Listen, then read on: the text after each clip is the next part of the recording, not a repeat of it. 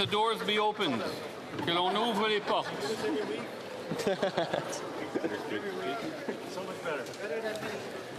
Statements by members, déclaration de députés. The Honourable Member for Yukon. Thank you, Mr. Speaker. Today I rise to honour the exceptional achievements of all Yukon graduates from across the country. Félicitations à vous. Vous avez travaillé. Congratulations, you worked incredibly hard and met all challenges with brio. You've shown determination and readiness to contribute to our territory and to our nation. Your academic journey reflects not only your perseverance, but also the collective commitment of Yukon educators, families, and communities who invest in your future. Il faut vraiment tout un village. You really deserve our admiration. Starting a new job, traveling the world, or pursuing something completely new, you are shaping the Yukon's future. Let's celebrate your achievements and all the possibilities ahead. Congratulations to all of you, Yukon grads. The Honourable Member for Edmonton-Griesbach. Mr. Speaker, I was Conservative MP in Edmonton-Griesbach from 2015 to 2021. Our team narrowly lost the 21 election, but we won big in 2025, and it's great to be back. Hear, hear. Politics is a team sport, and I'm grateful for all the people who helped us win. The nomination campaign itself took tremendous work. My team and I knocked on doors 7 days a week for a year and a half. Thanks to some of these nomination team members in no particular order. Thank you, Paul Curry, Bert Shopey, Carol Kozlovkar, Stella McNeil, Cheryl McCracken, Daphne Price, Heather Markland, and Leo Wong. Thank you, Rhoda Lepashik, Beanad Sabat, Jason Steele, Mark Hillman, Justin Thomas, Elizabeth Talbot-Jones, Hong Wu, and Patrick Stewart. Thanks to everyone who helped us win the main campaign. Thanks to my wife, Claire Denman, who always works on my campaigns. And a huge thanks to Edmonton-Griesbach. The Honourable Member for Rivière-des-Mille-Îles. Mr. Speaker, I recently had the pleasure of participating in the Saint-Eustache Kiwanis 785 Squadron ceremony and the Excel Gym Zodiac Cheerleading Club end-of-year show.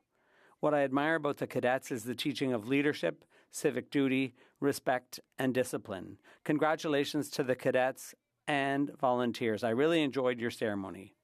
The Excel Gym is celebrating its 40th anniversary this year with more than 1,100 athletes aged 4 to 18. It was a very colorful show. Well done. To both organizations, thank you for your invitation. Congratulations to the volunteers whose dedication makes these events possible. Whether it's cadets, gymnastics, or other sports, these activities help children grow. A big shout out to the parents for supporting their children in these different disciplines. Thank you. The Honourable Member for Simcoe Grey. Mr. Speaker, I'd like to thank the great people of Simcoe Grey for again putting their trust in me to be their voice here in Ottawa. To my campaign team, thank you so much for your hard work and dedication. With special thanks to Dwayne McNabb, my campaign manager, and Karen Gregg, my financial agent, who both filled such critical roles. Springtime is a busy time in Simcoe Grey with so many great events taking place. First, congratulations to all the 2025 high school graduates. To the Georgian Triangle Humane Society, I will see you this weekend at your Walk for Pets. On June 21st, I will be celebrating the 75th anniversary of the Everett Legion. And later that night, I will attend a banquet in honor of the 1909 Collingwood Military Police Cadet Corps' 25th anniversary. And on June 28th, I will be part of the Blue Mountain Foundations for the Arts' 50th anniversary celebration. And in July, Mr. Speaker, I will be hosting the grand opening of my new Angus constituency office. Everyone here is welcome, even you, Mr. Speaker. The Honourable Member for Hamilton Centre. Mr. Speaker, I rise today to shine a light on a team that holds a special place in my riding Hamilton Centre, the Hamilton Tiger Cats. Formed in 1869, the Tiger Cats are one of North America's oldest sports teams, bringing home 15 Grey Cup championships and countless memories for Hamiltonians. Born in the shadows of Hamilton's two steel giants, DeFosco and Stelco, the Tiger Cats have battled on the same turf for nearly a century, on a field that echoes with the pride of Hamilton's working class. More than a football team, The Tiger Cats embody the toughness and resilience that define our city. This Saturday, June 14th, the Hamilton Tiger Cats kick off their season against the Saskatchewan Rough Riders. I wish them a fantastic season, and I'm proud to see the legacy of this great team and great city carry on. Go Tigers, go. Thank you, Mr. Speaker. The honourable member for Chatham-Kent Leamington. Mr. Speaker, as this is my first substantive time and opportunity to rise in this Parliament, I want to thank the residents of Chatham-Kent Leamington for the honour once again.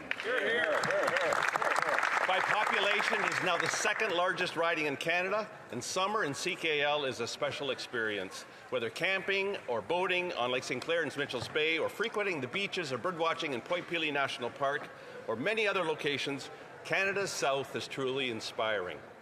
But one thing I heard at the doors during the election was that the beauty of my riding cannot mask the fact that parents are struggling to feed their families. They know that pretty beaches or pretty speeches cannot feed their kids. My constituents know both families and businesses have to manage their budgets, and they expect their government to do the same. They want to know how this government will pay for all of its massive spending promises and how it will affect their bottom line. Will the Liberals commit to transparency, and will they deliver a spring budget?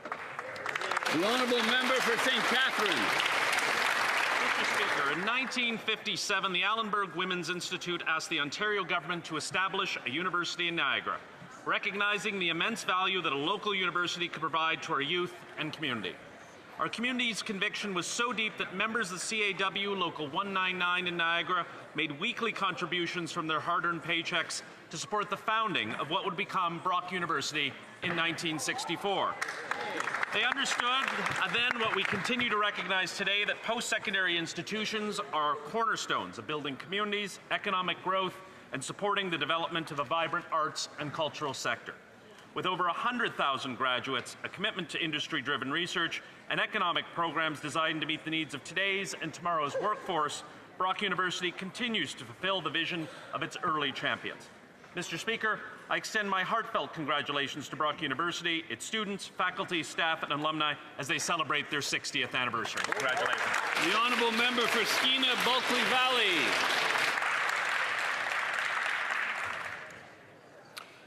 On June 11, 2008, Conservative Prime Minister Stephen Harper apologized to Indigenous people for Canada's past role in the residential school system. Residential schools were a component of a system that created the issues that we're still trying to resolve today.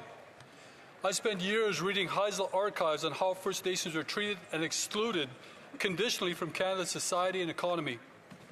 I fully acknowledge our past. It is one of the biggest reasons why I strive to build a better future for Canada overall. This is what I believe reconciliation should represent, and we're closer than ever before, with First Nations charting their own destinies, and as individuals from all walks of life are presented with opportunities to build their own lives. In short, reconciliation should mean bringing back two groups together. As a newly elected Conservative MP from Skeena-Bulkley Valley, I want to thank the Conservatives for starting this new path of reconciliation 17 years ago. Thank you, Mr. Speaker. The honourable member for Beauharnois-Salaberry-Soulanges-Huntingdon. Quebec has lost a great activist for Quebec independence, the French language, workers' right, and secularism. Henri Laberge passed away on May 2nd. On behalf of the Bloc, I'd like to offer my sincere condolences to his family and loved ones. He was involved in every battle, from the Rally for National Independence to the Bloc Québécois, where he served as chair of the Citizenship Committee. Staunch champion of the French language, he was chief of staff to Camille Lorrain during the drafting of Bill 101. Close to the working class, alongside Michel Charton and Fernand Daou, he was advisor to the Centrale de l'Enseignement du Québec. His 30 years of involvement in the Quebec secular movement helped modernize Quebec society. Henri Laberge, thank you so much for giving so much in your quest for an independent Quebec. Proud of its values, but also more humane. On the strength of your legacy, we will keep up the fight. Thank you, Henri. The honourable member for Sydney-Glace Bay. Mr. Speaker, today, June 11th, we observe Davis Day, a solemn occasion of remembrance and reflection in Nova Scotia. This year marks the 100th anniversary of Davis Day, making it an especially significant moment to honor the sacrifices of coal miners who lost their lives in the struggle for safer working conditions and fairer treatment. Davis Day commemorates the tragic death of William Davis, a miner who was killed during a 1925 strike while advocating for workers' rights and safety in Cape Breton Island. His courage and that of countless others, Mr. Speaker, laid the foundation for stronger labor protections that continue to support workers throughout Nova Scotia and across this great country. As we mark this important centennial, let us remember the courage and resilience of those who stood up for justice and dignity in the workplace. Their sacrifice is a powerful reminder of the importance of solidarity and our ongoing commitment to safe labor practices across this country. The honourable member for Calgary McKnight. Mr. Speaker, just yesterday the Auditor General confirmed this Liberal government cannot be trusted to deliver on housing. They promised to convert empty federal offices into 4,000 units of affordable housing, but have only managed to complete about 300 units so far. That's a total failure. And it turns out that almost half the units are being built in areas that do not even need them. Now, after 7 years and $300 million spent, the former housing minister got promotions, while housing has become even more unaffordable. Canadians need less broken promises and more homes built. The Conservative housing plan would quickly sell federal properties close to transit stations and jobs to get affordable homes built faster for Canadians in communities that need them. Thank you. Member for Fleetwood, Port Kells. Mr. Speaker, today I rise for the very first time to thank the people of Fleetwood, Port Kells and Canada for placing their trust in me.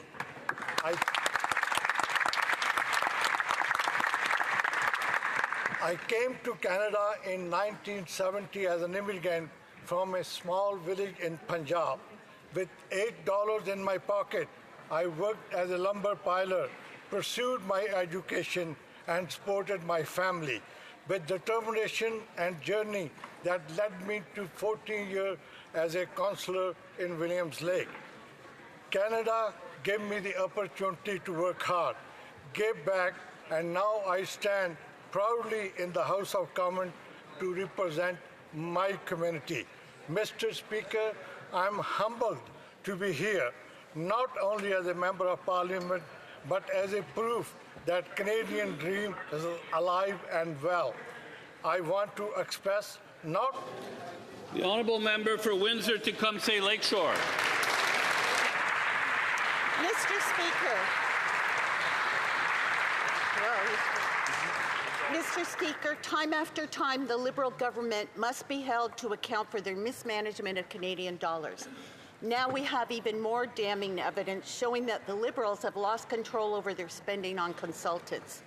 GC Strategies, which is linked to the Arrive scam, got 106 contracts worth $93 million. The Auditor General has said that Liberals frequently disregarded procurement rules that promoted fairness, transparency, and value for Canadians. Consultants who didn't have experience, massive security clearances, and failures. Proof that little to no work was ever done. It is clear that the Liberals are out of touch with Canadians. They cannot be trusted with tax dollars, so how can anyone trust them to be in a position of power? Will the Liberals support a Conservative motion to have GC Strategies pay back the $64 million stolen from taxpayers? The honourable member for Ottawa Vanier Gloucester. With deep sadness and a heavy heart that I rise in the House today to mark the passing of a dear friend, AJ Plante. A respected entrepreneur and realtor, a community builder, a generous mentor, and a tireless force for good in the National Capital Region. AJ, serviteur de... In the service of God, AJ dedicated his life to lifting others up, supporting local food banks and charities, helping families find homes, and always being there for his community. A big hockey fan, he was both coach and proud owner of the Gatineau Flames, providing countless young athletes with opportunities to grow and succeed. De réussir. Alongside his wife Chantal, AJ gave back in countless ways, most recently through the ongoing support of organizations like the Eastern Ottawa Resource Centre. To Chantal, their children, and all those who knew and loved him, I offer my deepest sympathies. Ottawa is better because of AJ. May he rest in peace. The honourable member for Aurora, Oak Ridges, Richmond Hill.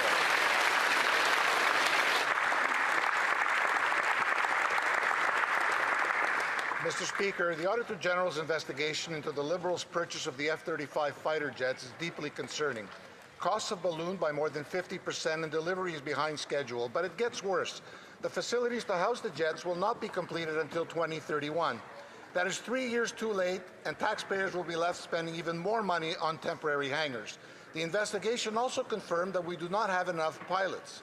How does this Liberal government expect the planes to fly without pilots? In fact, Mr. Speaker, the Liberals have flip-flopped. First, they opposed the F-35 program, then they supported it, then they sent it to review, and so on. After the lost Liberal decades, Canadians are feeling anxious in an increasingly dangerous world. Out-of-control costs, repeated construction delays, and lack of staff threaten to delay the replacement of the fighter jets.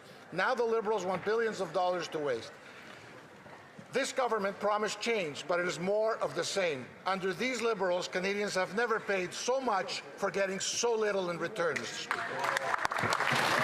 honourable member for Burlington. I rise in this House to celebrate the Honourable Irwin Cotler, who's in Ottawa to be honoured by the Pearson Centre tonight for his lifetime of service to Canada and his work on human rights and justice.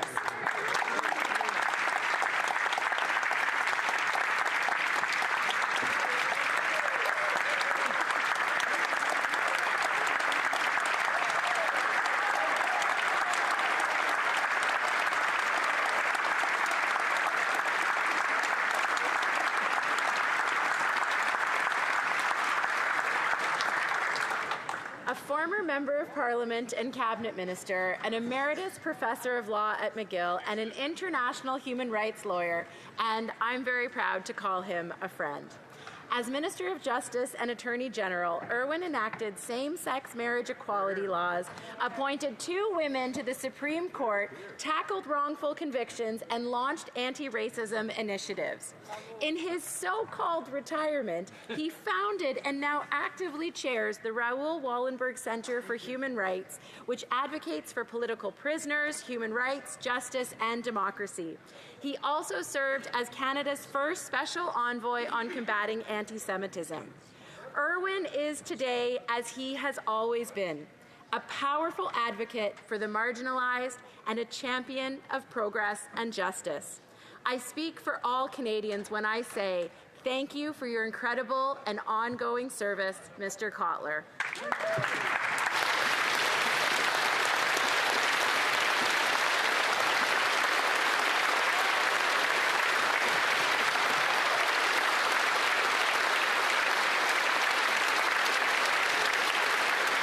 Oral questions, questions orales. The Honourable Leader of the Opposition. Breaking news. Conservatives will force a vote here in the House of Commons to get Canadians their money back for the ArriveCAN scandal. The Auditor General slammed the Liberal government for giving GC Strategies, the top Arrive scam contractor, $64 million in contracts since they took office. $64 million to a 2-person IT company that did no IT work and is under RCMP investigation. Instead of empty words like, we accept the Auditor General's findings, how about the Prime Minister show some concrete action, vote for our motion, and get Canadians their money back? The Right Honourable Prime Minister. Mr. Speaker.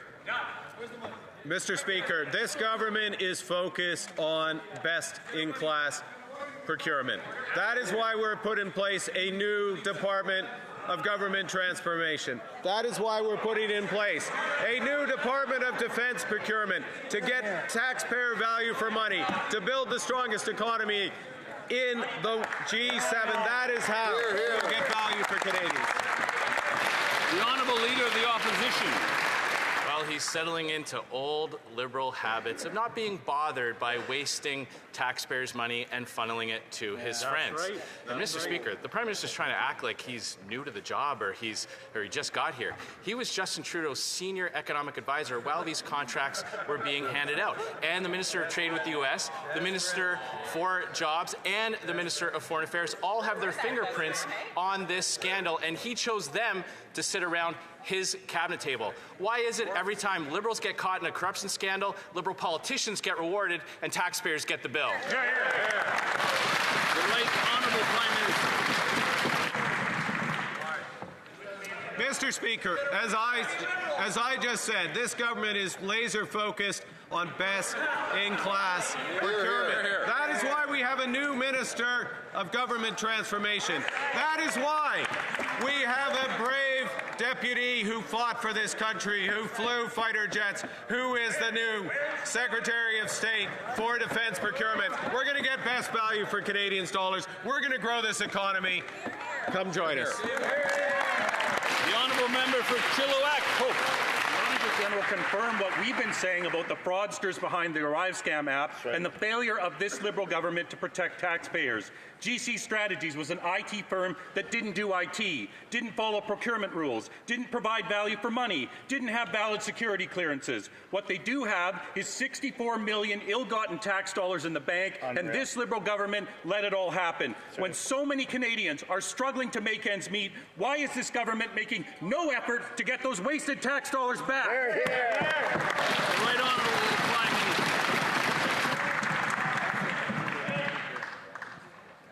Minister. Mr. Speaker, I think it's important to follow details, including important details such as there was just an election. Canada's new government was elected to focus on getting best value for Canadian taxpayer dollars and building the strongest economy in the G7. That's exactly what we're doing. We're focused on it. The Honourable Member for Chilliwack, Hope. They're not holding GC Strategies accountable. They're letting them keep the cash. The Auditor General confirmed that current Liberal ministers failed Canadians in this matter. They failed to protect tax dollars. They failed to check the qualifications of those doing the work. In half the contracts, they failed to even verify that work was done. Unbelievably, the Trudeau ministers responsible for Arrive Scam got promoted and have now been put in charge of critical Canada-US foreign affairs and jobs files. Why did the Prime Minister reward these failed Trudeau Liberals instead of holding them accountable for their incompetence? The Right Honourable Prime Minister. Mr. Speaker, this government, Canada's new government, is focused on best value for taxpayers' dollars. We are running a process to review our programs. We are running a process to focus on results for Canadians, not dollars in. We are running a process to integrate technology. We are running a process to get best value for the largest increase in defence spending in precedent, making up for the failures of the members opposite. Well done. The Honourable Member for Mégantic-l'Érable, Lotbinière. Well, thanks to a Conservative motion, the Auditor General has shed some light on the ArriveCan scandal, and what she found is, well, it's not great, Mr. Speaker. GC Strategies, a company, two people in a basement that doesn't know anything about IT, got $64 million for doing nothing. The report doesn't know who did the work, doesn't know what was done, doesn't know if the people who did anything were even qualified to do it. Conservatives are going to go further now. We're tabling a motion calling on Canadians to be reimbursed. Mr. Speaker, will the Prime Minister vote for our motion to reimburse Canadians after the incompetence of his ministers? The Right Honourable Prime Minister.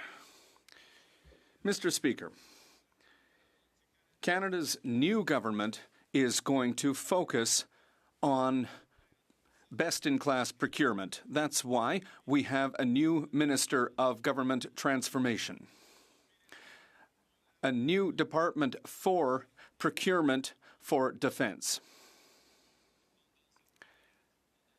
And we are seeing the biggest increase in defence spending to defend our country in our history. The Honourable Member for Mégantic-l'Érable, Lotbinière.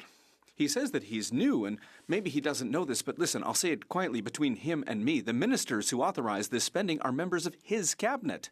They weren't banned, as the government transformation minister said yesterday. They were promoted. And that's the truth, Mr. Speaker. This House has already called for the reimbursement of the money paid to GC Strategies, but unfortunately, we still haven't seen that money come back. We're talking about $64 million. That comes from taxes paid by Canadians. The Liberal government abused Canadians' trust. Our motion is clear. Will the Prime Minister vote to protect his ministers, or will he vote for Canadians to be paid back? The Right Honourable Prime Minister. Mr. Speaker,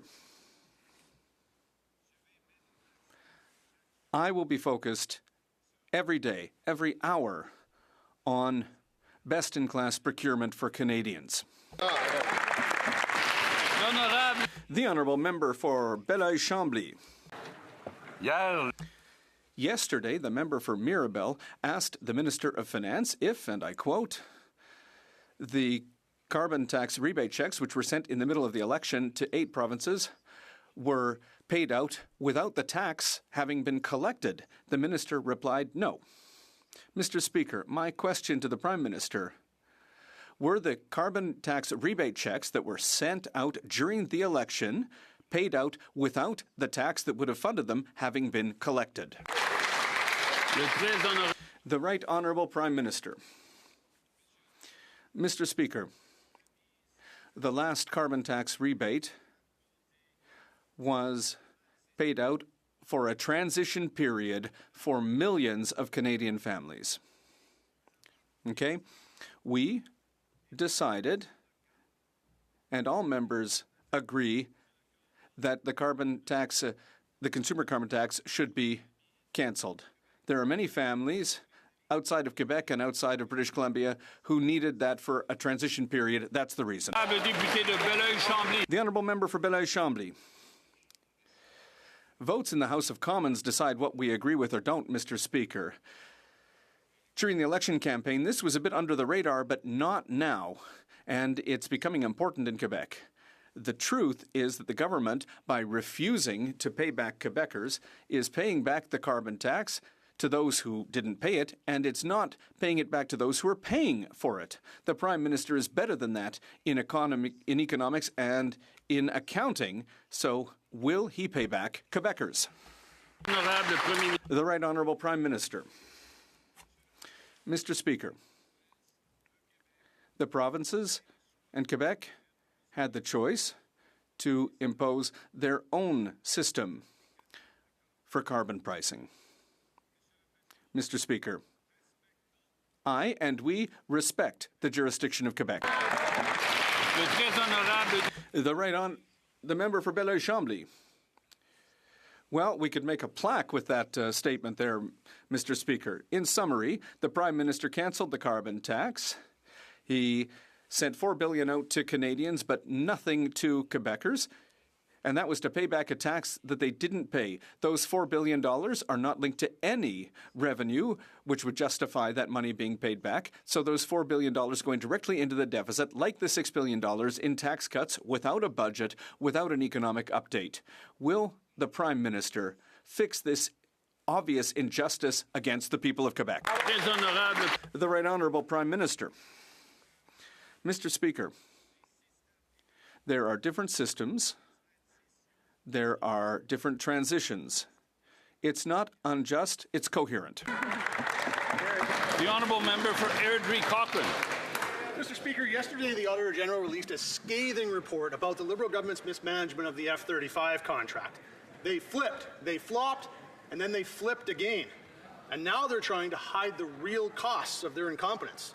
How can the men and women of the armed forces trust that the Prime Minister will actually deliver on his defence promises when it's clear that his own ministers are willing to mislead Canadians when it comes to defence? The Honourable Minister of National Defence.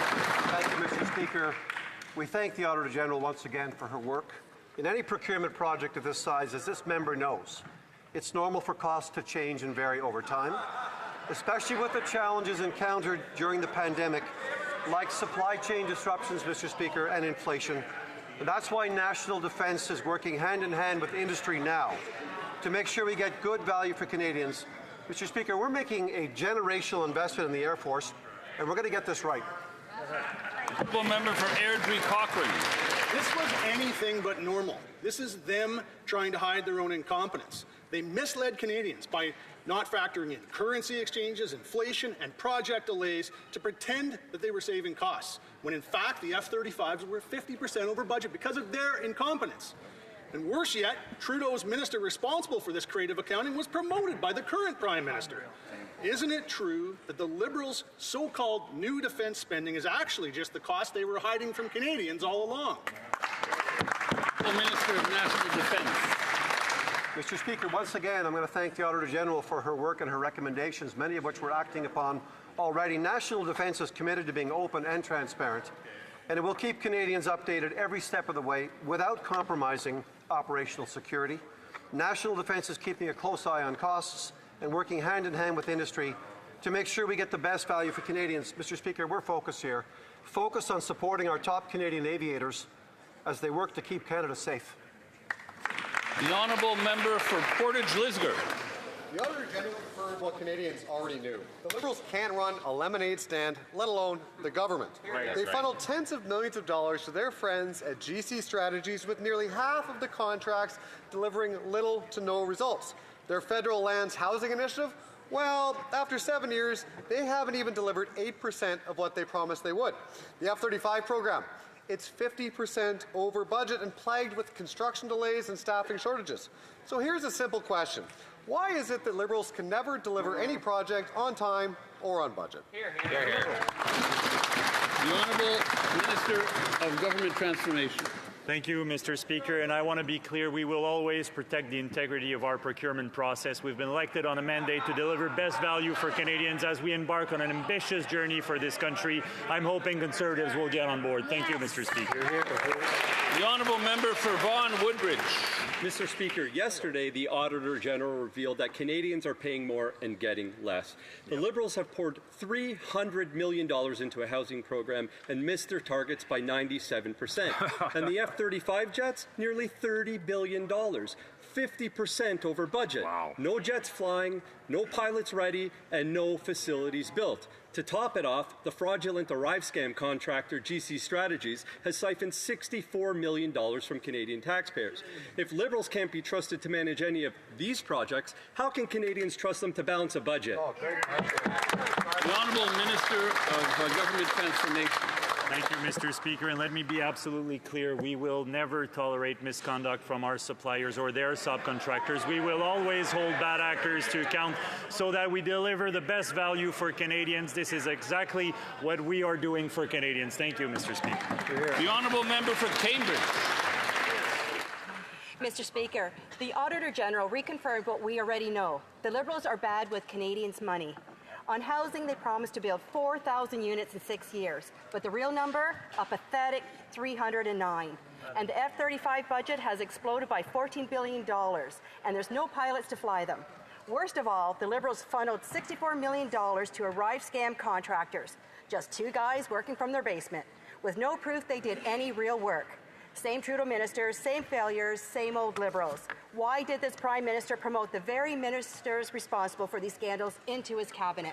The Honourable Minister for Government Transformation. Thank you, Mr. Speaker, and I'd like to thank the Auditor General for her work. I had a very good conversation with her concerning workspaces, particularly what was in her report yesterday, and I would note that she specifies that we are on track to meet our goals for affordable housing on federal lands. It's good news for Canadians. The Honourable Member for Chicoutimi-Le-Fjord. Mr. Speaker, the Liberals aren't capable of looking ahead.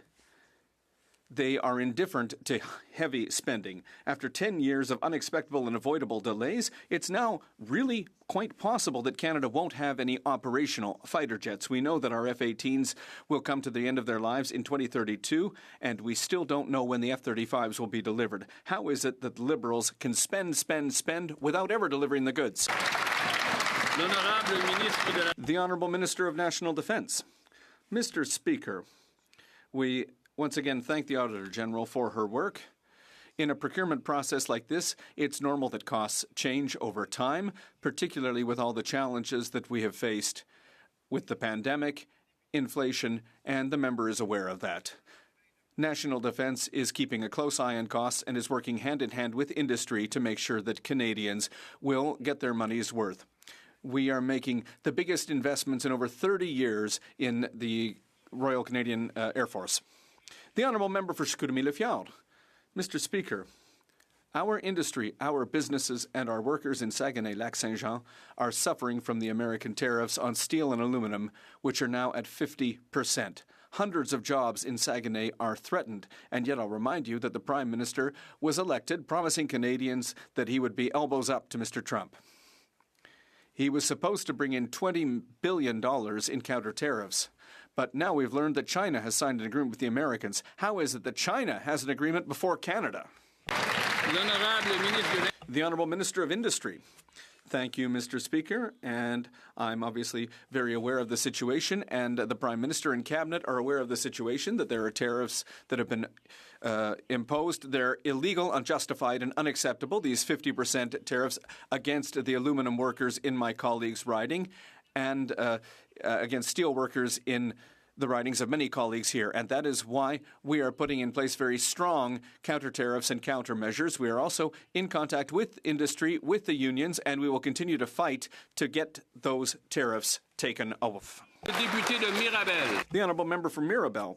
Mr. Speaker, 6 days before the election, the Prime Minister handed out cheques paid for by Quebecers to almost everyone in Canada except Quebecers. The National Assembly of Quebec is unanimous. The Liberals need to pay us back.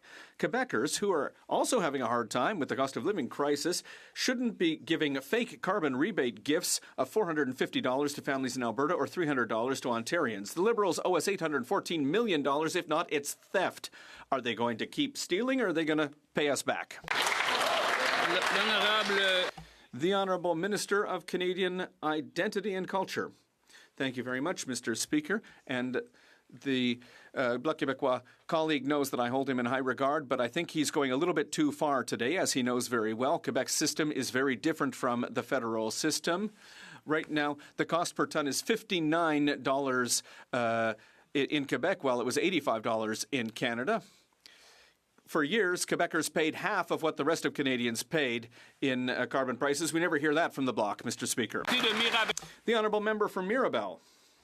Mr. Speaker, the Minister, who I hold in high regard, knows that Canadians paid $0 in any carbon taxes when they got their checks. The Prime Minister himself has confirmed that he cut the carbon tax on April 1st, but he still sent out the quarterly check for April to June at the end of the month.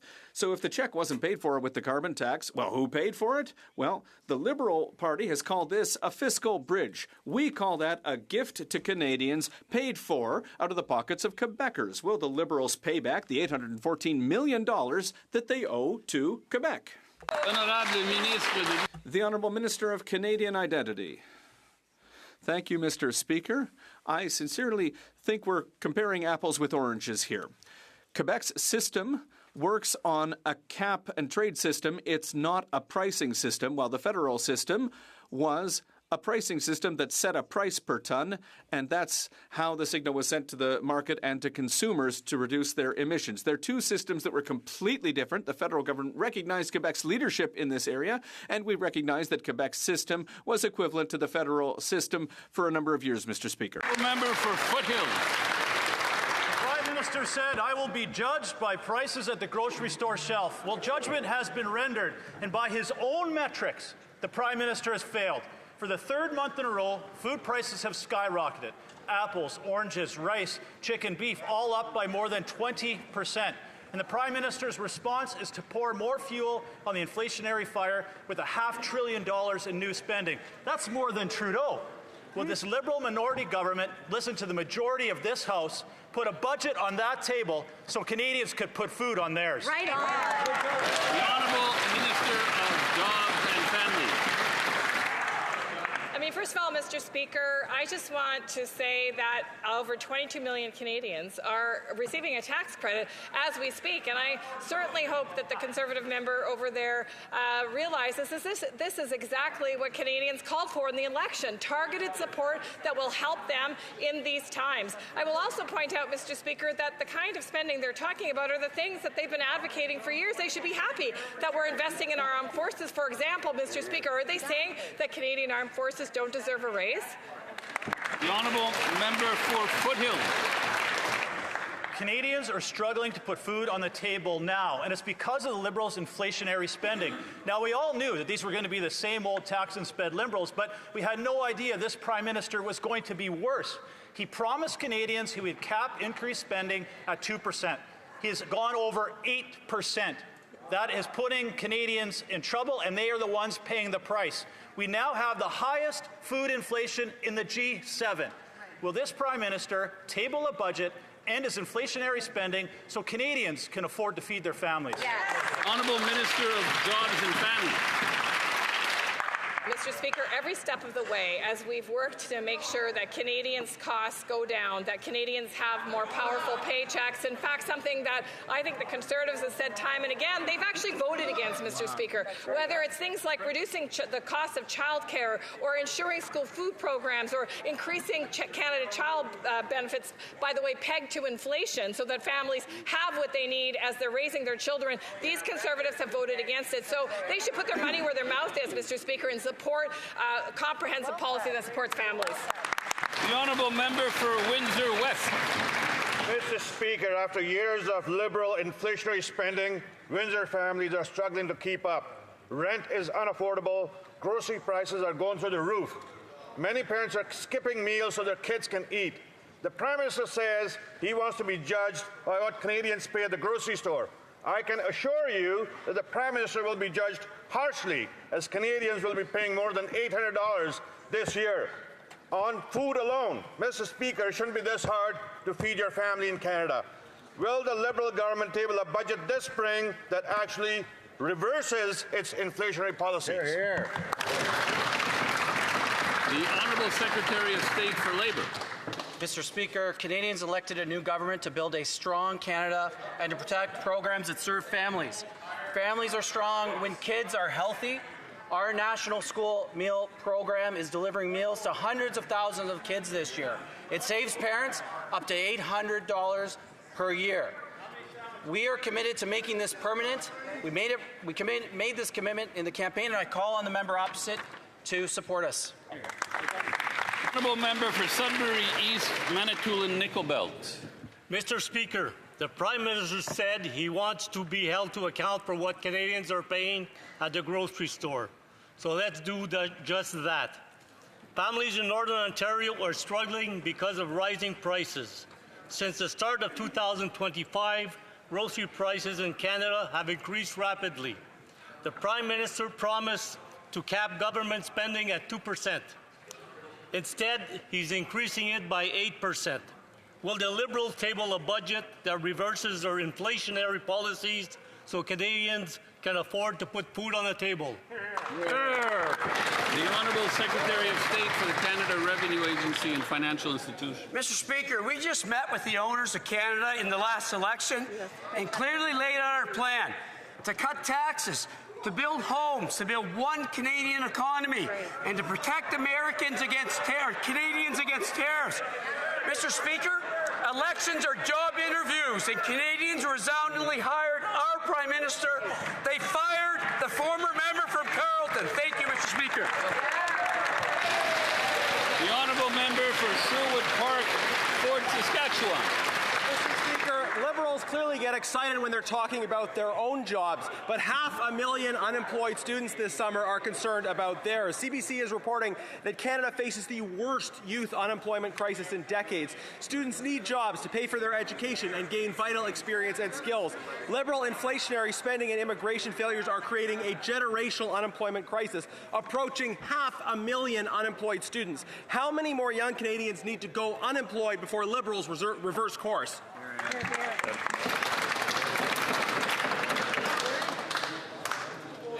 The Honourable Minister of Jobs and Family.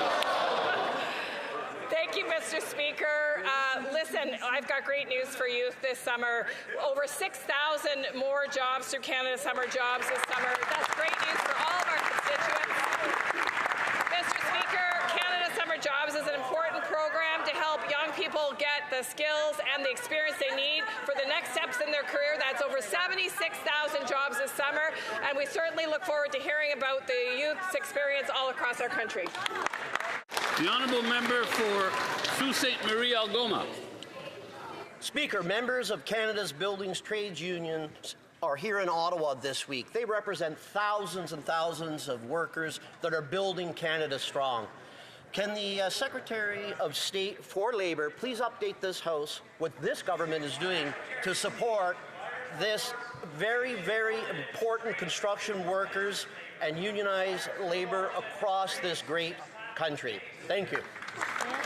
The Honourable Secretary of State for Labour. Mr. Speaker, I want to thank the honourable member for the Sioux for the question and join him in welcoming some of the most important unions and skilled trades to Ottawa today.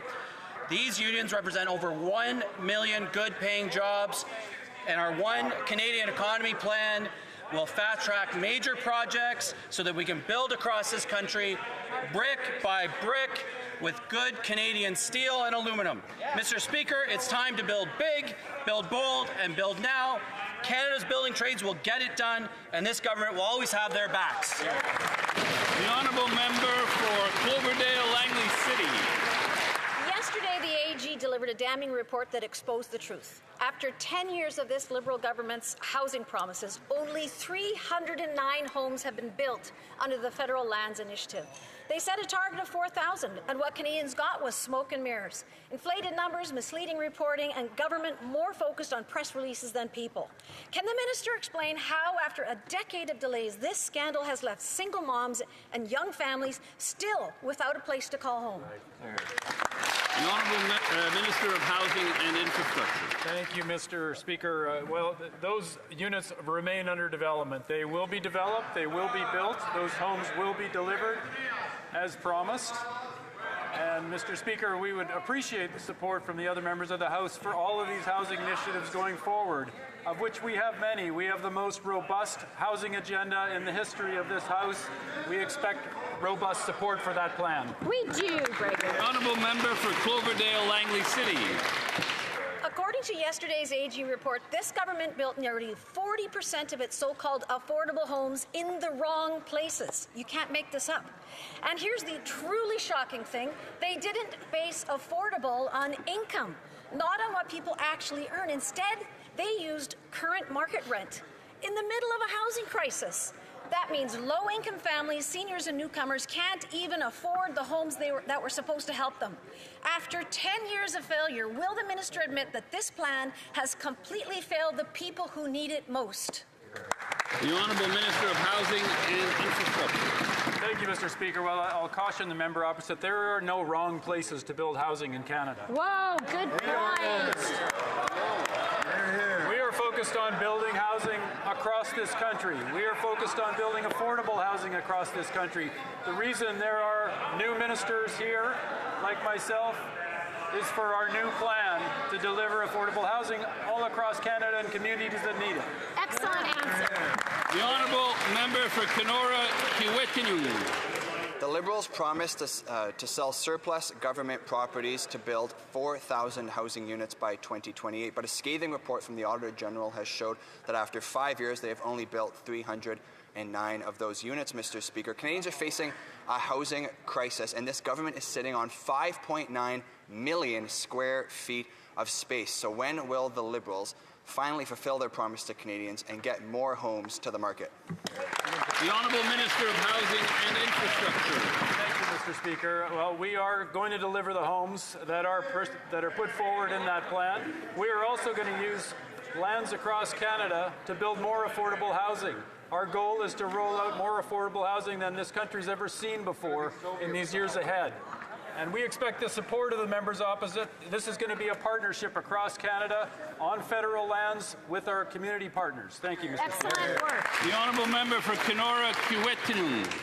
Mr. Speaker, TD Bank has cast doubt on those Liberal goals, saying that housing starts are actually going to decline next year rather than increase as the minister would have us believe. But the Auditor General report also found that the Liberals are failing to meet targets, failing to collect relevant data, and failing to provide detailed, transparent reports. This is, on all accounts, a complete failure, Mr. Speaker. Even their own Liberal member from Ottawa Centre has said that the government is not doing enough on housing, yet all of the ministers that are responsible for this crisis are still in cabinet. Why? The Honourable Minister of Housing and Infrastructure. Thank you, Mr. Speaker. We are focused now in this new government on delivering housing. That's right. We are going to deliver the housing that Canadians elected us to deliver. We ran on the commitment to have the most aggressive housing plan that the country's ever seen, and we are going to deliver on that plan, Mr. Speaker. We sure are. Good Honorable. The Honourable Member for Montmorency-Charlevoix. Mr. Speaker, in 2018, the government announced that it would build 4,000 affordable housing units by converting federal land and buildings. 309 units have been delivered since. That's less than 50 a year. Our local cooperative has started a new affordable housing project to help companies to attract and house workers. 24 housing units in Charlevoix in 1 year, 50 in Canada as a whole. Is the government better at building bureaucracy than houses? The Honourable Minister for Government Transformation.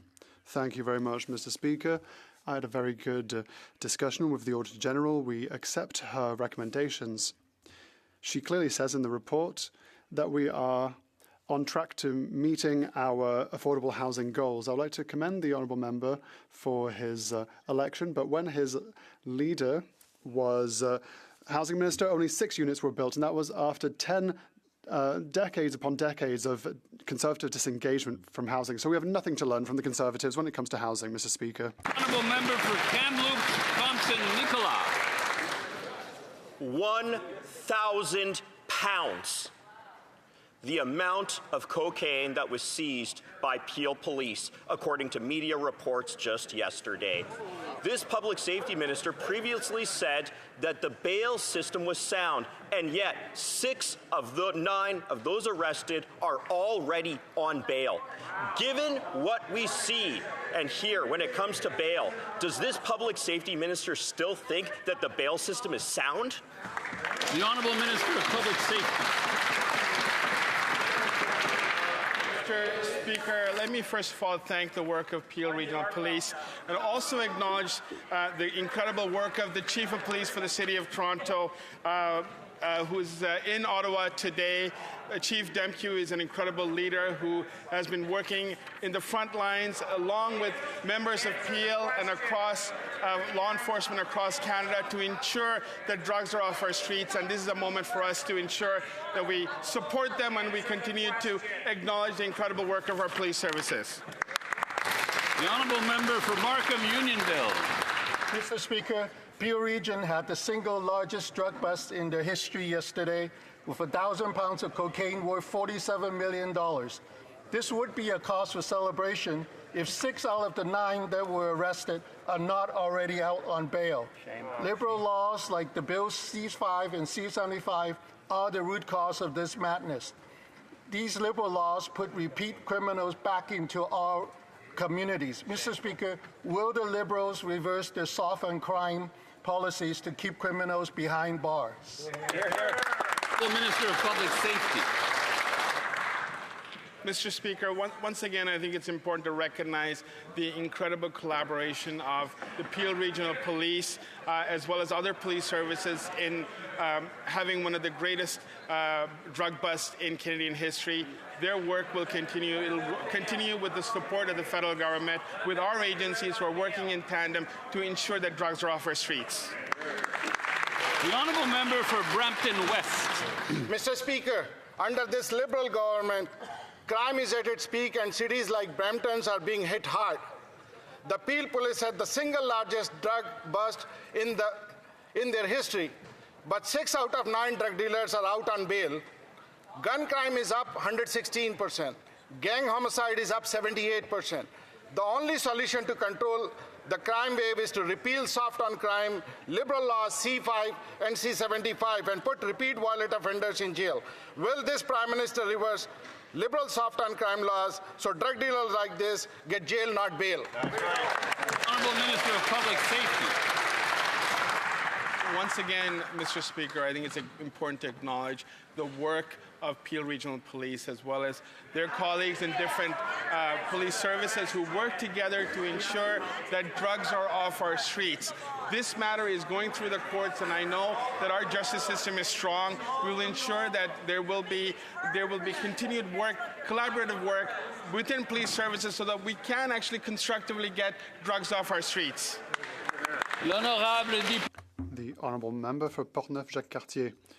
Mr. Speaker, today the Journal de Montréal lets us know that there has been an average increase of more than 28% in crimes against persons. Even worse, more than 20% of these crimes are domestic in nature. For the last 10 years, the Liberals have lost control. Mr. Speaker, this Liberal government must act very quickly to protect the lives of Canadians. When will the Liberals take the necessary measures to punish crime and finally protect victims? State for combating crime. Thank you, Mr. Speaker. This new government is focused on making sure that victims are put first. Previously, bail reform had been brought in to make it harder for perpetrators of domestic violence to be released. We're going to continue doing the important work that's needed to make laws stricter and make sure that bail is tougher to get. Thank you, Mr. Speaker. The Honourable Member for Prescott Russell Cumberland. Thank you, Mr. Speaker. The Canadian Economic Unity Act will remove federal barriers to international trade and labour mobility and advance the completion of projects of national interest that are essential to stimulating our country's productivity growth, developing its energy sector and ensuring its security. Can the Minister responsible for Industry tell us more about the bill that was tabled last week? The Honourable Minister for Industry. Thank you, Mr. Speaker. I would like to thank my colleague for her question and for having been elected. Canadians elected us with a clear mandate to be bold and to be ambitious. That includes the important step of building the strongest G7 economy, and that is a reason for which we have moved forward with this very important bill to build one Canadian economy rather than having 13 different economies. So I hope that opposition parties will answer the call of Canadians and allow us to accelerate the adoption of this bill in the national interest. Honourable Member for Long Range Mountain. Mr. Speaker, the oil and gas industry is critical to Newfoundland and Labrador, making up 25% of our GDP and 41% of our exports. Our province has targets to double oil and gas production and create thousands of good-paying jobs. But energy companies have made it clear they won't invest while the Liberals' No New Pipelines Law, Bill C-69, the oil and gas production cap, and the punishing industrial carbon tax remain on the books. Does the Prime Minister not realize no one will build a pipeline under his anti-energy laws? Or is that the plan, to keep Canadian oil and gas in the ground? The Honourable Minister of Energy and Natural Resources. Mr. Speaker, as the honourable member knows, we presented the One Canadian Economy Bill to rapidly advance projects of national interest and build one Canadian economy, not 13. This bill will grow the economy and support our sovereignty to ensure we build the strongest economy in the G7.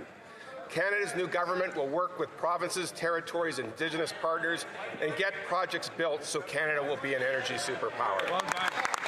The Honourable Member for Edmonton Southeast. 10 years of Liberal anti-energy laws have stopped pipelines of getting built. Energy companies won't build unless those Liberal laws are gone. To build pipelines, the Liberals need to repeal the suite of anti-energy laws. C-69, no new pipeline law. C-48, the shipping ban, the job-killing oil and gas production cap, and the laws like industrial carbon tax. Is that the Prime Minister's plan to keep our oil and gas in the ground? The Honourable Minister of Energy and Natural Resources. Canada's new government will get projects built, create high-paying jobs, and bring prosperity to Canadians. That's why we presented the One Canadian Economy Bill, which will rapidly advance projects of national interest. If my Conservative colleagues want to get projects built, they should support the bill. The honourable member for Cowichan, Mellahut, Langford.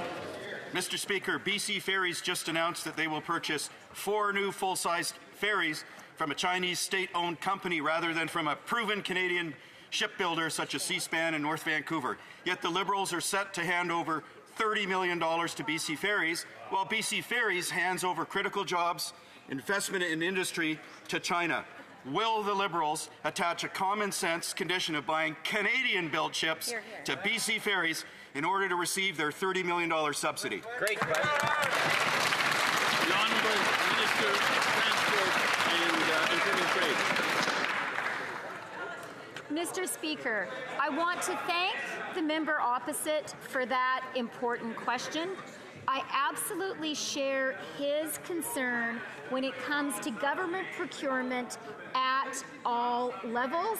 Now is a time when we need to support Canadian workers and Canadian industries, and we need to work closely with our allies and trade partners. That project, Mr. Speaker, was not a federal government project. Davenport. Mr. Speaker, defending Canadians is one of our government's top priorities. Given the increasingly volatile global landscape, it is vital that our Canadian Armed Forces are properly equipped to meet the challenges we ask them to face. It is urgent that we take immediate action to strengthen our armed forces and support those that are serving our country. Can the Secretary of State for Defence Procurement update us on the government's plans to meet our NATO commitments and ensure we're doing everything possible to protect our country? The Honourable Secretary of State for Defence Procurement. Mr. Speaker, since this is the first time on my feet in the 45th, I'd like to thank the good people of Kelowna, BC for placing their trust and confidence in me and electing me to this House for the second time. Speaker, yesterday the Prime Minister confirmed that Canada will meet its NATO 2% targets this fiscal year, 5 years ahead of schedule, with an additional investment of $9.3 billion. We're accelerating procurement, modernizing capabilities, and ensuring the troops have the tools and equipment they need to protect Canada and Canadians. Thank you, Mr. Speaker. The Honourable Member for Acadie-Annapolis. Mr. Speaker, the economy of Acadie-Annapolis and rural Nova Scotia relies heavily on a strong lobster fishery. Yet this past season went from bad to worse. According to a Global News report on May 2nd, some harvesters in southwest Nova Scotia had to give up on their season because they could not fish profitably. No lobsters and no price. This is unacceptable. Will the Minister of Fisheries finally listen to commercial fishers where her predecessors failed to act, take unregulated and unreported fishing seriously, and implement immediate measures to protect our lobster stocks before it's too late? The Honourable Minister of Fisheries. Thank you, Mr. Speaker. And I'm very pleased to say that I was in Nova Scotia the last couple of weeks. I met with harvesters, I met with lobster fishers, and I want to assure the member opposite that I will continue to do this work. We need to ensure that we have balanced fisheries, and we need to ensure that we support authorized fishing. Thank you. The Honourable Member for Vancouver East. The so-called Stronger Borders Act make Harper's Bill C-51 look like child's play. Bill C-2 is a sweeping attack on Canadian civil liberties. The RCMP and CSIS can make information demands from internet providers, banks, doctors, landlords, even therapists without judicial oversight. This isn't about border security. It's government overreach and Big Brother tactics, plain and simple. It's a violation of our privacy, and it will be challenged in court. Will the Prime Minister do the right thing, respect the Charter, and withdraw this dangerous bill? Honourable Minister of Public Safety. Mr. Speaker, the Strong Borders Act will help keep Canadians safe. The bill will go after transnational child sex offenders via information sharing with our international policing partners, give law enforcement the tools they need, choke off organized crime's illegal profits with a crackdown on money laundering, grant our border officers provision to search export containers and stop auto theft rings, Mr. Speaker. We will do this while ensuring the charter rights of Canadians, as well as due process, and make sure that our civil liberties and privacy rights are protected. This brings question period to an end. 45 more minutes. 3:07 on It being 3:07, the House will now proceed to the taking of the deferred recorded division on the amendment to the motion of Ms. Normandin relating to the business of supply.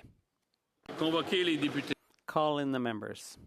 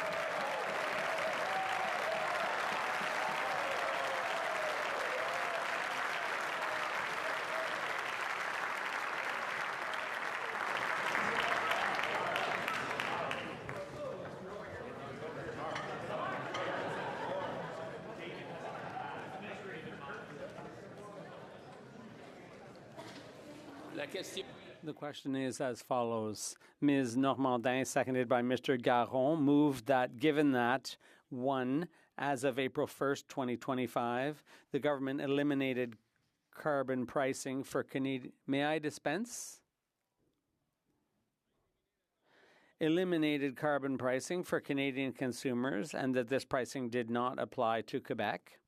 2, despite its elimination, the government spent $3.7 billion to continue Canada carbon rebate payments that Quebecers did not receive. 3, individuals in the listed provinces received the rebate check on April 22, 2025, during the federal general election. 4, the rebate was paid for with government funds and therefore